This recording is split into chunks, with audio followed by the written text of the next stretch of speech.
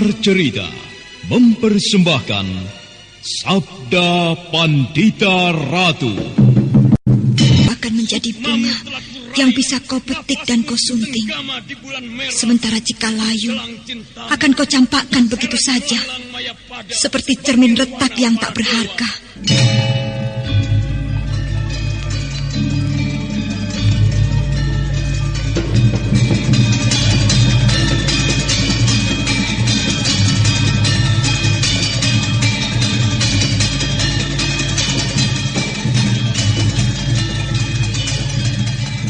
Sabda Pandita Ratu, sebuah kisah penuh dilema, tragedi cinta anak manusia, perebutan tahta, mabuk harta dan duniawi, serta silaunya kehormatan, di mana keangkara murkaan merajalela karena dendam yang membara. Kisah ini berlatar belakang berdirinya Singasari. Ken Arok, dialah pemuda yang merekuk pahit getirnya kehidupan. Namun sebenarnya, dialah yang harus melaksanakan sabda-sabdanya. Perjalanan sengsaranya adalah awal untuk meraih keberhasilan, untuk menuju kejayaannya di saat Singasari berdiri. Anak keparat, laknat. Rupanya kau memang harus mampus di tanganku. Aku memang tak akan rugi membunuhmu, karena kau memang tidak pernah kupelihara sejak bayi.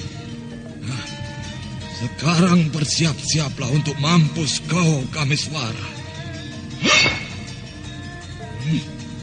Lihatlah baik-baik apa yang ku genggam ini. Sebentar lagi nyawamu akan segera melayang. Dan aku akan puas melihat bangkaimu berlumuran darah. Ayo, bersiap-siaplah anak keparat.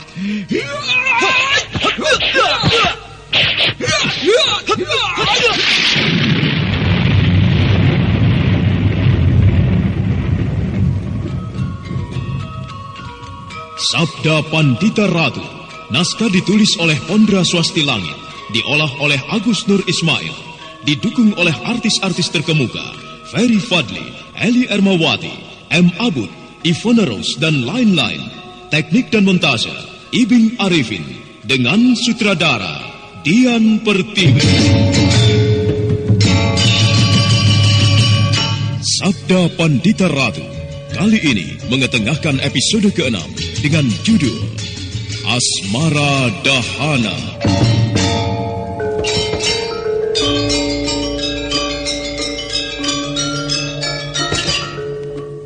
Dalam seri ke-155 ini, dengan para pemain, Ferry Fadli sebagai Kameswara, Naryo sebagai Empu Mahoyaso, Edi Dosa sebagai Surobasanto, Anis Yuliatri sebagai Seruni, Kastu Dewa sebagai Katungka, Asari sebagai Paksi Jalak Kuning, dan pengantar cerita, Asti Suhastra.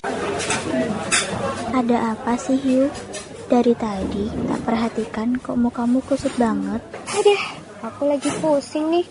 Mamaku minta dicarikan channel YouTube yang ada Sandiwara radionya. Apa ada coba? Loh, ada. Coba aja kunjungi channel YouTube Satria Collection. Di sana ada Sandiwara Radio, lagu-lagu kenangan, dan masih banyak lagi. Wah, ini yang aku cari. Terima kasih ya, Res. Mengenang masa lalu adalah hal yang sangat menyenangkan. Ya, lagu-lagu kenangan, dangdut, pop, ataupun sandiwara radio yang kini sudah tidak bisa kita dengarkan lagi. Jangan khawatir, di konten kami sediakan itu semua. Semuanya bisa Anda nikmati di channel YouTube kami, Satria Collection. Tunggu apa lagi? Kunjungi YouTube channel kami. Jangan lupa subscribe, komen, dan like-nya.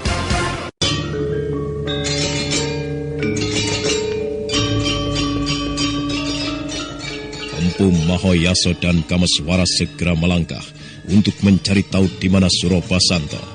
Tapi baru saja dia beranjak dari tempat itu, tiba-tiba dari arah lain terdengar teriakan seseorang dari balik kegelapan. Keduanya terpaku beberapa saat.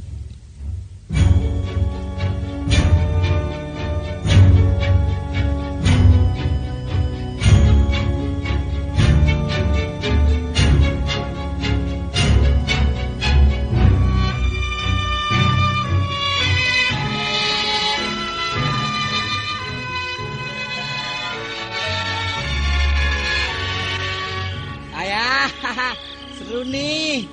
Aduh, di mana kalian? Woi, di mana kalian? Paman, lihat, siapa orang itu?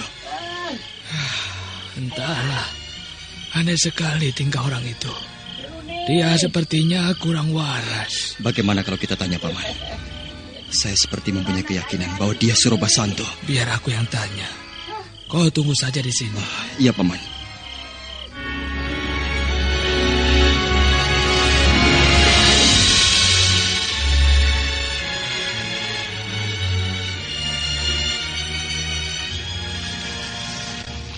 Anak muda, siapa kau ini? Kenapa berteriak-teriak seperti itu? Namaku Surabasanto. Kau siapa? Rambutmu kok putih? Wajahmu jelek? Kau kok tidak seperti aku? Gagah, lihat. Hehehe, orang tua, di mana ayahku? Tahu nggak? Dan Seruni yang cantik, hah?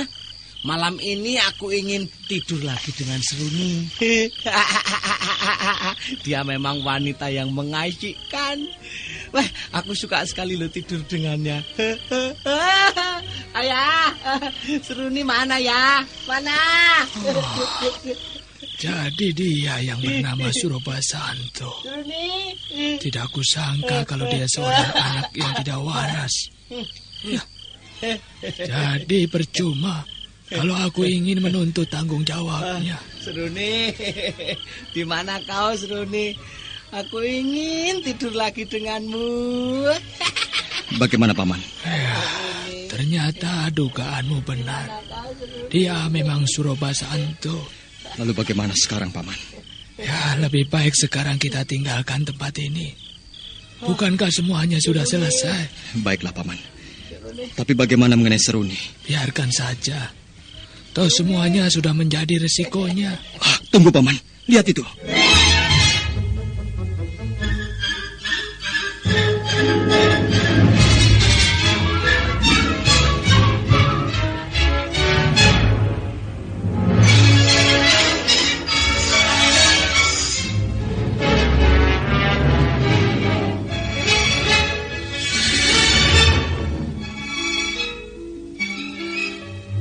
Empu Mahoyaso tercengang begitu melihat beberapa orang murid perguruan Kori Kunjoro mendekat. Mereka sepertinya menyimpan dendam atas kematian guru mereka. Dengan wajah garang, beberapa orang murid Kisinduro itu mengepung Empu Mahoyaso dan Kameswara.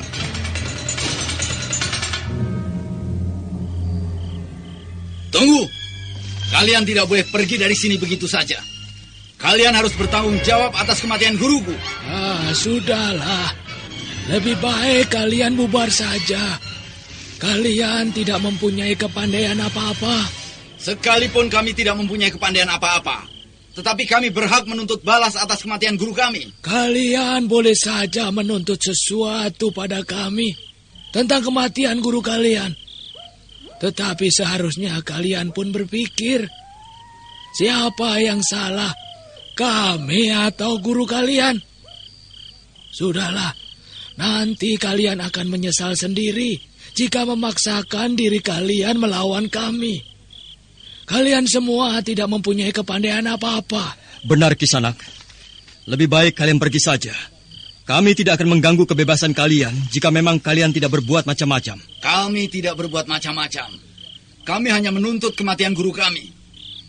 Kau memang tidak pernah berpikir bagaimana keadaan kami. Sekarang guru kami sudah tewas. Aku sekarang tidak mempunyai pegangan apa-apa lagi. Begitu juga dengan teman-temanku. Kami semua merasa tidak mempunyai kendali setelah Kisinduro tewas. Jadi wajar kalau aku dan teman-temanku menuntut kalian. Ya, kalian sebenarnya bisa menempuh jalan sendiri-sendiri tanpa seorang pun yang menjadi andalan kalian. Sikap kalian ini sebenarnya karena sudah terbiasa bergantung pada orang lain. Jadi aku harap berpikirlah. Jangan bertindak hanya menuruti nafsu saja. Jika kalian tetap memaksakan diri untuk melawan, kalian tetap tak akan mampu.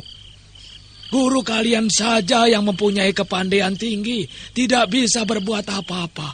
Apalagi kalian.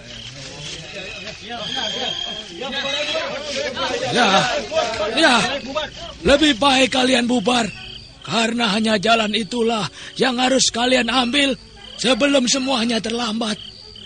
Dan kusarankan pada kalian, jangan ikuti jalan yang salah yang guru kalian lakukan. Nah, bubarlah.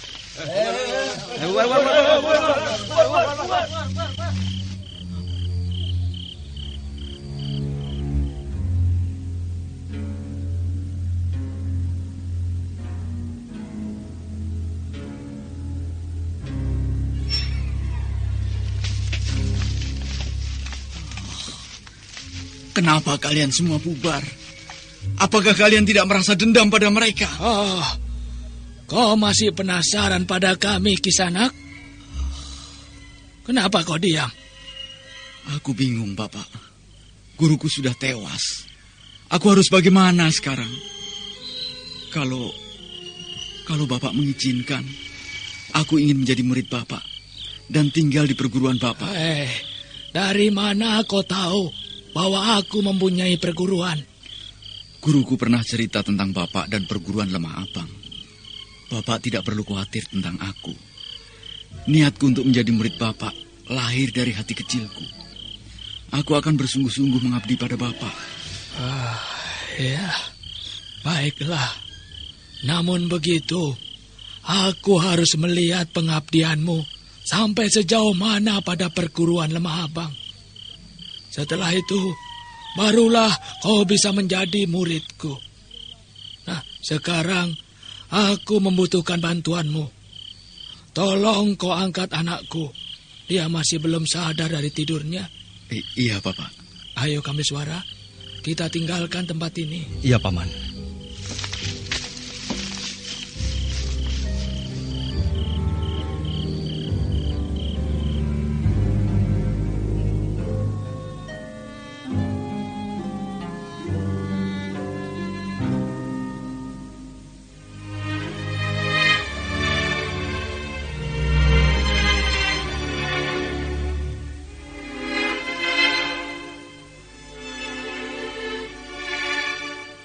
Suasana kembali hening. Murid-murid Korik Kuncoro tak satu pun yang berada di tempat itu lagi. Sekarang tinggal Seruni, Kisindoro dan Surobasanto. Anak sulung Kisindoro itu masih tertawa terbahak-bahak. Dia tidak mengerti apa yang terjadi terhadap ayah dan adiknya.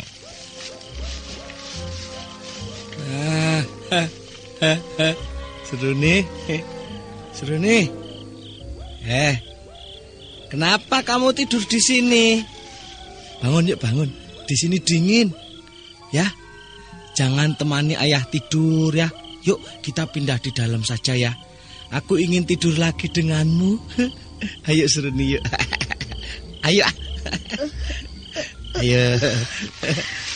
Nah, begitu. Seruni. Pedih sekali wajahku. Sudah bangun ya Seruni ya. Bagus, bagus. Yuk, kita pindah Seruni yuk. Pindah. Yuk. Diam kau Kakang Basanto. Lah, aduh. Wajahku perih sekali. Hah? Di mana ayah? Itu ayah tidur di sini. Dia kelihatannya nggak mau pindah. Betah. Ayah. Ayah Seruni.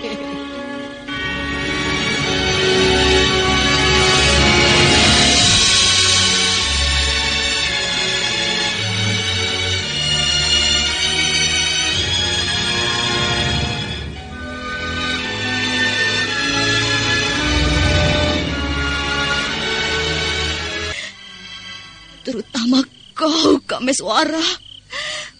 Aku akan menuntut balas atas kematian ayahku. Aduh. Wajahku pedih sekali. Apa yang terjadi pada wajahku? Darah. Wajahku berlumuran darah. Tidak. Tidak. Wajahku tidak rusak. Jangan. Wajahku tidak boleh rusak. Jahanam kau Kameswara. Apa yang telah kau lakukan terhadap wajahku? Keparat! Iya!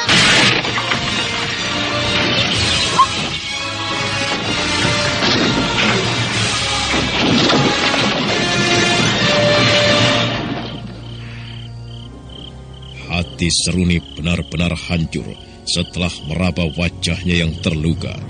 Dia merasakan sesuatu yang tidak beres. Dengan hati geram, Seruni melampiaskan kemarahannya.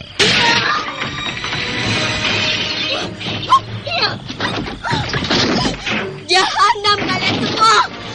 Kalian telah menghancurkan masa depanku. Wajahku rusak. Kecantikanku telah kalian rusak. Keparat kau, Kameswara!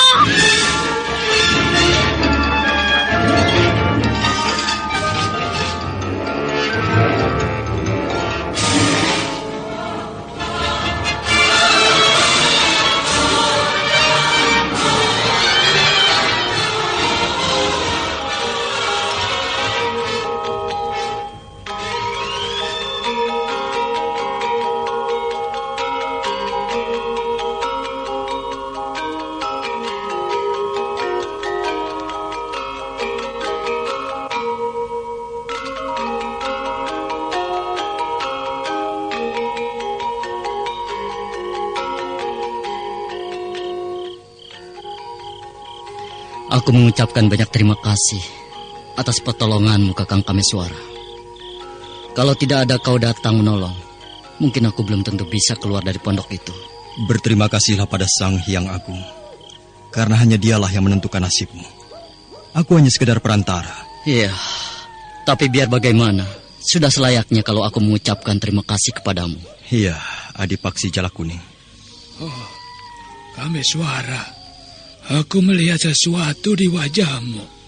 Oh, sepertinya kau mempunyai beban yang berat. Apakah ada sesuatu yang kau pikirkan? Iya, Paman. Saya memikirkan Rahastri Kandi. Dia sekarang telah ternoda. Entah bagaimana jadinya seandainya ia tahu bahwa laki-laki yang menodainya itu kurang waras. Oh, kasihan sekali nasibnya. Dia harus menanggung beban yang cukup berat. Ya, aku juga merasakan beban yang diderita adikmu. Tetapi kita harus bagaimana lagi? Sebaiknya kau pasrah saja pada Yang Kuasa. Kembalikan segalanya pada Yang Maha Agung. Saya memang bisa memasrahkan semua ini pada Yang Maha Agung. Tetapi Rahastri Kandi sendiri bagaimana? Apakah dia bisa pasrah begitu saja? Sementara dia telah ternoda. Ya. Menurut pendapatku, sebaiknya kau berikan pandangan-pandangan yang luas. Nasihati, agar dia bisa menerima semuanya itu dengan tabah. Saya akan berusaha menasihatinya. Ada sesuatu yang ingin saya sampaikan pada Paman.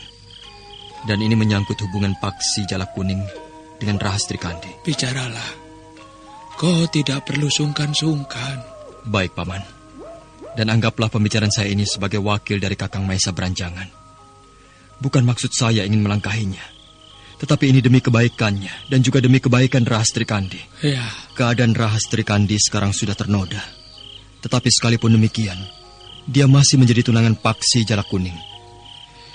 Yang ingin saya bicarakan, apakah Paman masih mau mengambil Rahastri Kandi sebagai menantu Paman? Tentu Kameswara, tentu. Sekalipun Rahastri Kandi sudah ternoda. Tetapi musibahnya itu bukan karena disengaja. Lagi pula aku tidak pernah memikirkan hal itu. Tetapi bagaimana dengan Paksi Jala Kuning? Oh, ya. Sebaiknya kau tanyakan saja. Toh masalah ini dia yang memutuskannya. Tetapi aku sendiri yang jelas masih mengharapkan Rahastri Kandi untuk menjadi menantuku. Oh, iya, Paman. Adipaksi Jala Kuning. Sekarang bagaimana dengan kau? Apakah kau masih mengharapkan Rahastri Kandi untuk menjadi calon istrimu? Dan tentunya kau pun sudah tahu bagaimana keadaan adikku. Iya, Kakang. Aku sudah tahu bagaimana keadaan Rastri Kandi. Semua itu sebenarnya kesalahanku juga, Kakang. Tanpa aku penyebabnya, mungkin Rastri Kandi tidak akan mengalami nasib yang buruk. Bagiku, Rastri Kandi adalah gadis yang suci. Aku tak akan mengubah niatku untuk meminangnya. Apakah kau sudah memikirkan masak-masak bagaimana risikonya? Aku tidak mau suatu saat kau menyesali keputusanmu yang tidak kau pikirkan dengan matang. Aku sudah memikirkannya dengan matang, Kakang. Ya, apapun resikonya, itu sudah menjadi tanggung jawabku, Kakang. Ya, baiklah kalau kau sudah mengambil keputusan yang tegas. Namun begitu kau harus memikirkannya lebih matang lagi. Ikatan sebuah perkawinan ibarat perahu yang berlayar di laut lepas. Kalau kau suatu saat tidak bisa menjaga keutuhan perkawinan itu, maka kau akan terdampar pada sebuah penyesalan yang panjang. Inilah yang aku harapkan darimu, agar kau bisa memikirkannya lagi lebih dalam. Kakang Kameswara tidak perlu khawatir. Aku sudah siap mengarungi bahtera perkawinan. Dan itu sudah kupikirkan sebelumnya. Ya, aku menghargaimu. Oh iya, kalau aku boleh tahu, Rastri Kandi sekarang berada di mana, Kakang? Sebaiknya untuk sementara kau tidak usah memikirkan dia dulu. Rastri Kandi sekarang berada di sebuah tempat. Di sana ia perlu tenang, agar ketenangan dan kekuatan batinnya dapat ia temui kembali. Sekarang ia masih dalam keadaan guncang. Kau tidak perlu khawatir, Paksi Jalak Kuning. Aku akan menjaganya. Dan suatu saat aku akan mengantarkan dia ke Palwasambu. Lalu sampai kapan aku bisa bertemu dengan Rastri Kandi, Kakang? Sampai Rastri Kandi menemui ketenangan batin dan ayahnya datang menghadap ayahmu. Paman, saya kira sudah saatnya kita berpisah. Saya harus kembali dan mengantarkan Rastri Kandi ke Palwasambu. Iya, baiklah Kameswara. Selamat jalan. Sampaikan salamku pada Adi Mahesa Beranjangan. Jika kau nanti mengantarkan Rastri Kandi ke Palwasambu. Iya, Paman. Akan saya sampaikan salam Paman.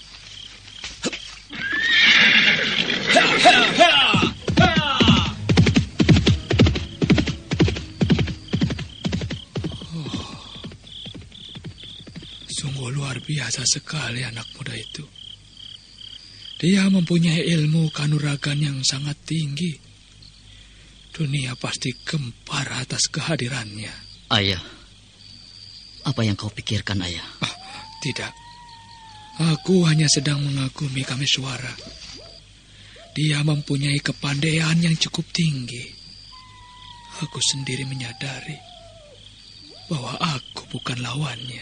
Apakah tidak berlebihan bahwa ayah mengaku bukan lawannya? Tidak. Memang demikianlah keadaannya. Dia memang seorang pemuda yang sakti. Kau lihat saja buktinya. Hanya dalam beberapa jurus, ia mampu merobohkan Kakang Sindoro. Padahal ayah tahu kehebatan Kakang Sindoro. Sudahlah, Jalak Kuning. Sebaiknya sekarang istirahatlah. Kau masih butuh istirahat yang banyak agar kesehatanmu boleh kembali. Baik, Ayah. Ayah. Kenapa tiba-tiba dadaku jadi sesak? Ada apa ini? Ayah. Darah.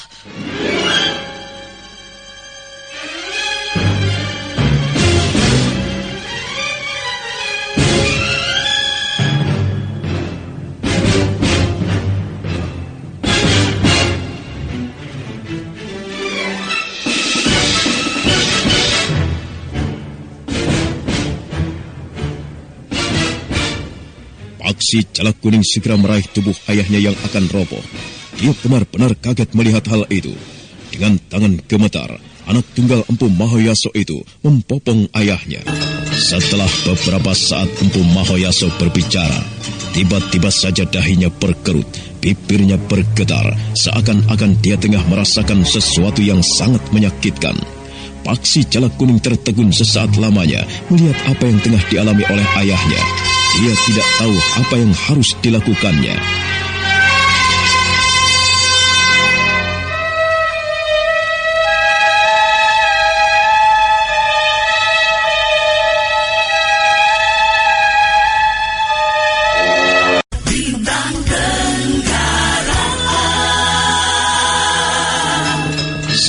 Beberapa saat Empu Mahoyaso berbicara. Tiba-tiba saja dahinya berkerut, bibirnya bergetar, seakan-akan dia tengah merasakan sesuatu yang sangat menyakitkan. Paksi Jalak Kuning tertegun sesaat lamanya melihat apa yang tengah dialami oleh ayahnya. Dia tidak tahu apa yang harus dilakukannya.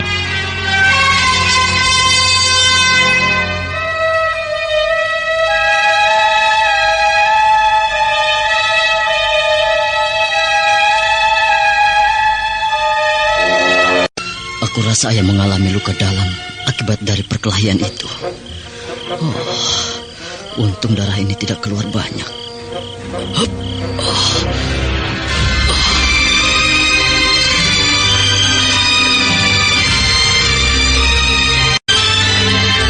Kalau aku salah memberikan ramuan, bisa tambah parah lukanya.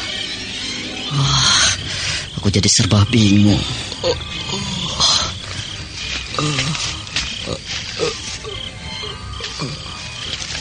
Paksi. Ayah mulai sadar. Jalak Kuning. Iya, saya ayah. Tenanglah. Ayah tidak perlu banyak bergerak dulu. Bicara saja. Apa yang harus saya lakukan? Tolong, kau ambilkan ramuan yang berada di dalam selubung bambu hijau. Kemudian seduhlah dengan air panas. Cepatlah. Dadaku nyeri sekali. Aduh.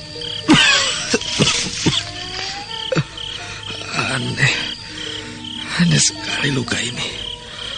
Padahal tadi tidak terasa.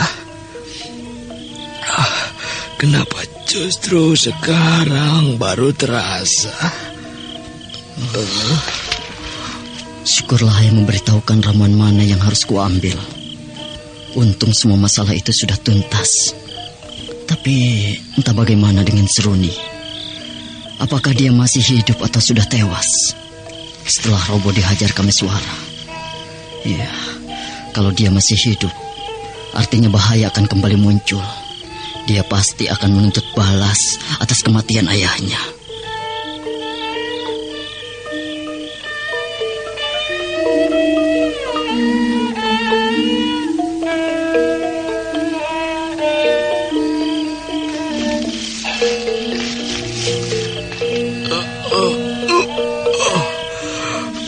Mudah-mudahan saja luka ini tidak parah. Tapi sekujur tubuhku lemas sekali. Napasku sesak. Benturan yang kulakukan memang cukup berat. Kupikir akibatnya tidak akan segini parah. Ternyata di luar dugaan. Ayah, ini ramuannya. Iya, ya. Mari ayah, ku bantu untuk duduk. Iya. Paksi. Ya. Tidak salahkah kau menyeduhnya? Aku melakukan seperti yang ayah beritahu. Iya.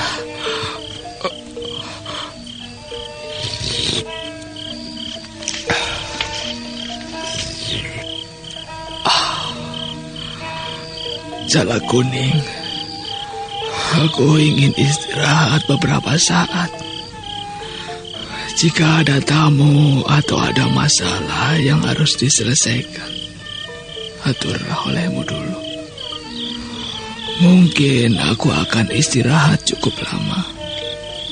Karena dengan ramuan ini, aku bisa tidur beberapa saat. Iya, ayah. Istirahatlah yang penuh. Aku akan menjaga perguruan dengan baik.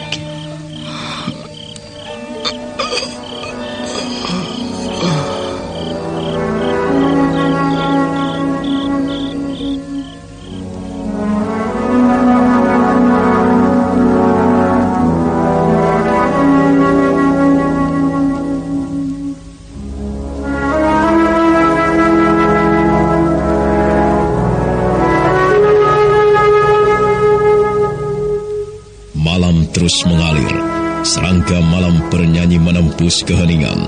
Tanpa terasa waktu bergulir mencabik suasana. Setelah peristiwa semalam, Seruni kelihatan semakin putus asa. Dendamnya terhadap orang-orang yang membunuh ayahnya bertambah dalam.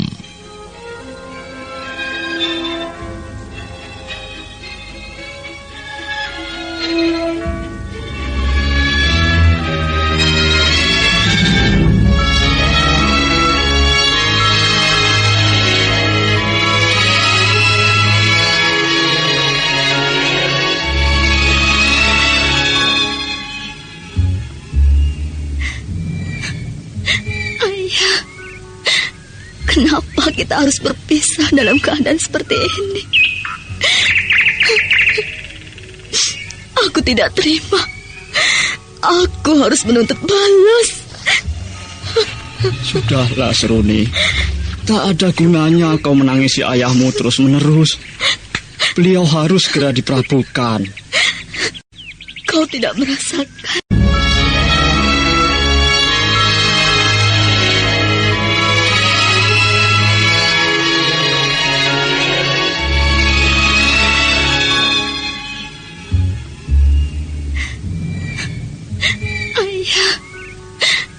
Kenapa kita harus berpisah dalam keadaan seperti ini?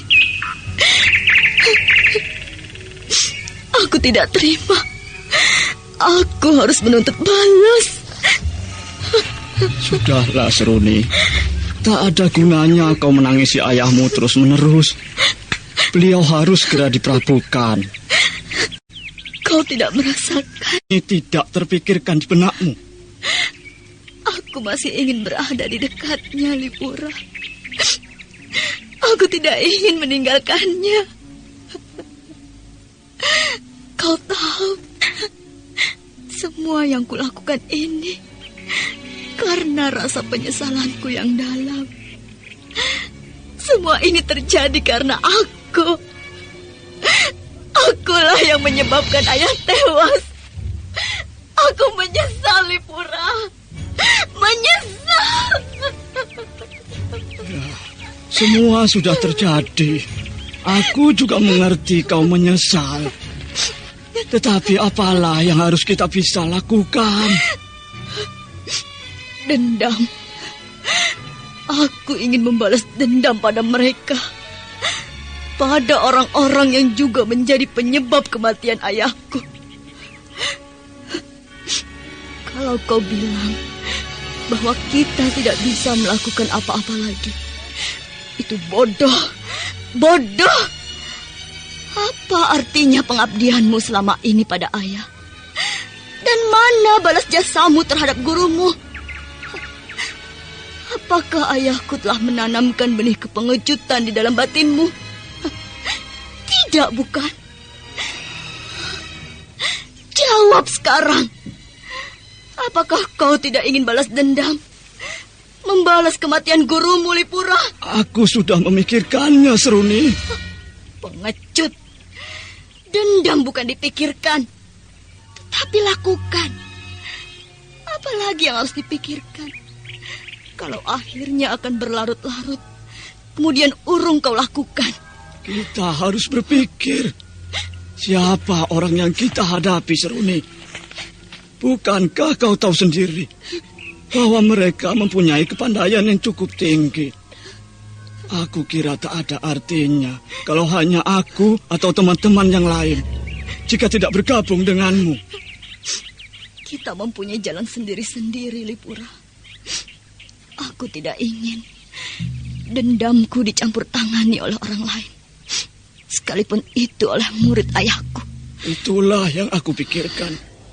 Aku kira kalau kita bergabung atau paling tidak mempunyai kekuatan lain, kita pasti bisa menghancurkan mereka. Aku mohon pertimbanganmu, Seruni. Baiklah. Tetapi aku harus memikirkannya lebih dulu, Lipura. Aku tidak bisa sembarangan atau memilih orang-orang untuk membantuku kalau akhirnya hanya akan merusak gerakanku. Aku bisa mengatur kawan-kawan kita yang lain. Dan aku kira orang-orang kita bukanlah orang-orang yang sulit diatur. Seruni, sekali lagi aku minta, biarkanlah aku memperlakukan ayahmu. Beliau perlu ketenangan. Ya, baiklah. Silahkan kau angkat mayatnya, Adipura. Terima kasih. Kawan-kawan, tolong bantu aku siapkan upacara untuk memperlakukan guru kita. Ayo.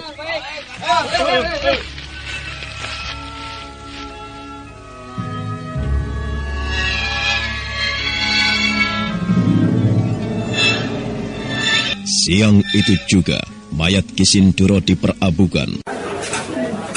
Ada apa sih, Hiu? Dari tadi tak perhatikan kok mukamu kusut banget. Aduh, aku lagi pusing nih. Mamaku minta dicarikan channel YouTube yang ada sendiwara radionya. Apa ada coba? Loh, ada.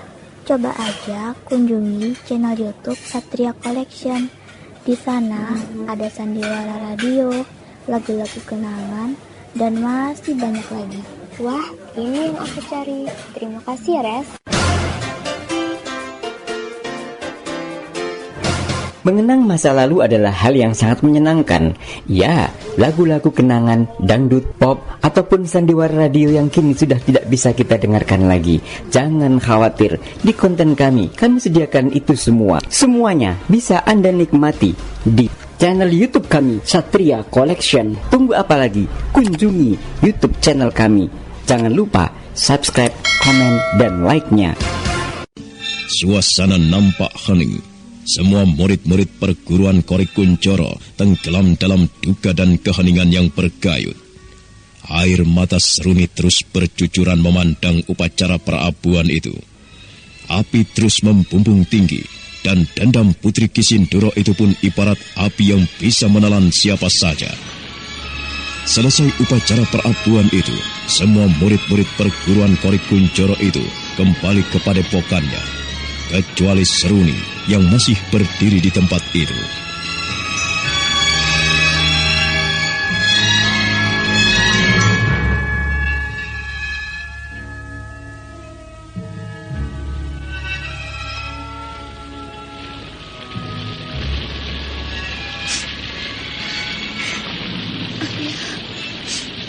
Aku relakan kepergianmu, meninggalkan Maya pada ini. Pergilah dengan segala ketenanganmu. Biarlah dendammu ku bawa. Akan kulumuri dendam ini dengan darahku. Hatiku tidak akan tentram jika mereka belum terkapar. Manusia-manusia jahanam, aku Seruni yang akan menuntut balas atas kematian ayahku dan hancurnya perguruan Kori Kunjoro. Ya! Aku relakan kepergianmu, meninggalkan Maya pada ini. Pergilah dengan segala ketenanganmu. Biarlah dendammu ku bawa. Akan kulumuri dendam ini dengan darahku. Hatiku tidak akan tentram jika mereka belum terkapar. Manusia-manusia jahanam, aku Seruni yang akan menuntut balas atas kematian ayahku dan hancurnya perguruan Kori Kunjoro. Ya!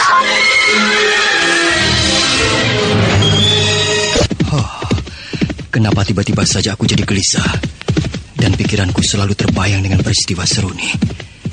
Peristiwa itu nyaris mirip dengan apa yang pernah kualami. Apakah ini suatu sindiran hidup? Memuakkan. Hop!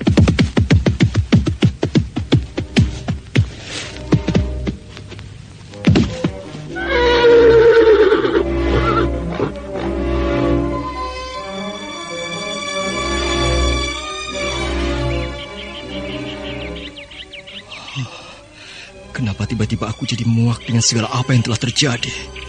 Aku begitu benci melihat peristiwa itu. Tetapi bagaimana sebenarnya dengan apa yang kualami?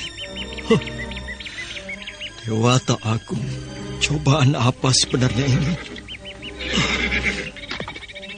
Rahastri Kandi sekarang telah ternoda. Dan aku merelakan ia untuk disunting oleh Paksi Jalak Kuning. Oh, perasaan apa sebenarnya yang berkecamuk di hatiku? Tidak, aku tidak boleh cemburu pada Paksi Jalak Kuning. Dia telah menunjukkan rasa tanggung jawab yang besar. Dan Rahastri Kandi sudah kuanggap sebagai adikku sendiri. Kenapa tiba-tiba aku jadi tenggelam kembali dalam ombak batinku? Aku tidak boleh hanyut oleh permainan perasaan ini. Aku harus menemukan kembali ketenangan batinku. Harus. Hup.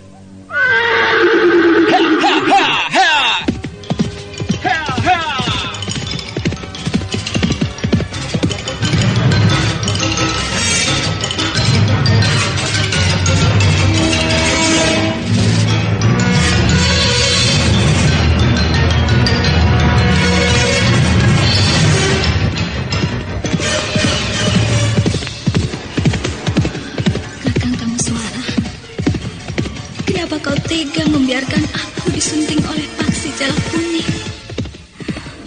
Bukankah kau tahu, setelah aku mengalami peristiwa dengan Seruni, aku sudah memutuskan bahwa aku tidak ingin kembali padanya.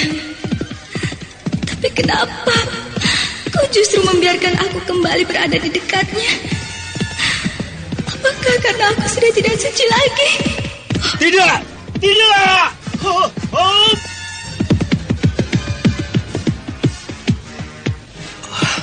Sebaiknya aku istirahat saja dulu. Aku tidak boleh melanjutkan perjalanan kalau batinku seperti ini. Ya, tempat ini kukira cukup baik untuk istirahat. Aku akan bersemadi sebentar untuk menemui ketenangan. Di bawah pohon yang rindang, Kameswara bersemadi mencoba mencari ketenangan batin. Angin berhembus perlahan. Beberapa helai daun jatuh ke tanah. Sinar matahari yang semula menyengat sekarang terasa sejuk dikelilingi awan kelabu. Sementara itu di padepokan Panawijen, Rahastri Kandi tengah menunggu kehadiran Kameswara dengan penuh harapan. Putri tunggal Mahesa berancangan itu tenggelam dalam keresahan yang dalam. Apakah Kakang Kameswara tidak berhasil mencari Surabasanto? Kenapa sampai sekarang dia belum juga kembali? Aku khawatir terjadi apa-apa terhadapnya. Aku tidak ingin pertemuan ini akan kembali berakhir. Berpisah, kemudian bertemu kembali dalam waktu yang lama. Sekarang aku tidak bisa mengharapkan apa-apa lagi darinya. Apakah aku harus meninggalkan padepokan Panawijen ini untuk menyusul Kakang Kameswara? Kalau ini kulakukan, artinya aku tidak mendengarkan nasihatnya. Tapi, apakah aku harus terus tenggelam dalam keresahan ini? Tidak, aku harus melakukan sesuatu. Aku harus menyusul Kakang Kameswara. Dan Surabasanto harus kubunuh.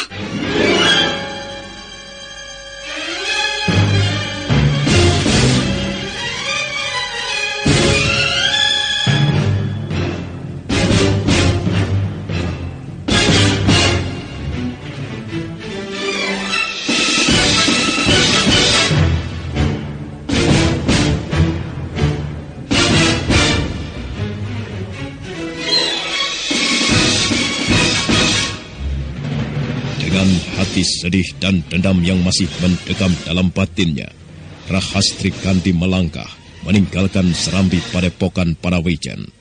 Langkahnya nampak ragu. Dia seolah-olah terombang-ambing dalam niat yang tidak pasti. Nah, bagaimanakah dengan rencana Rahastri Kandi untuk meninggalkan padepokan Panawijen? Saudara pendengar, untuk mengetahui jawabannya, ikutilah kelanjutan kisah ini dalam seri berikutnya. Sampai jumpa.